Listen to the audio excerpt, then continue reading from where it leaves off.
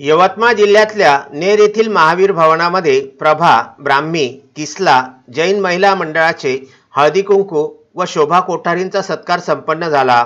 यावेळी मंचावर सरला छल्लानी मुख्य स्थानी विराजमानी होत्या। प्रमुख पाहुणे म्हणून शोभा कोठारी मंचावरती विराजमान होत्या। पाहुण्यांच्या हस्ते शोभा कोठारी यांना शाल, मोत्याची माळ व भेटवस्तू देऊन सन्मानित करण्यात आलं।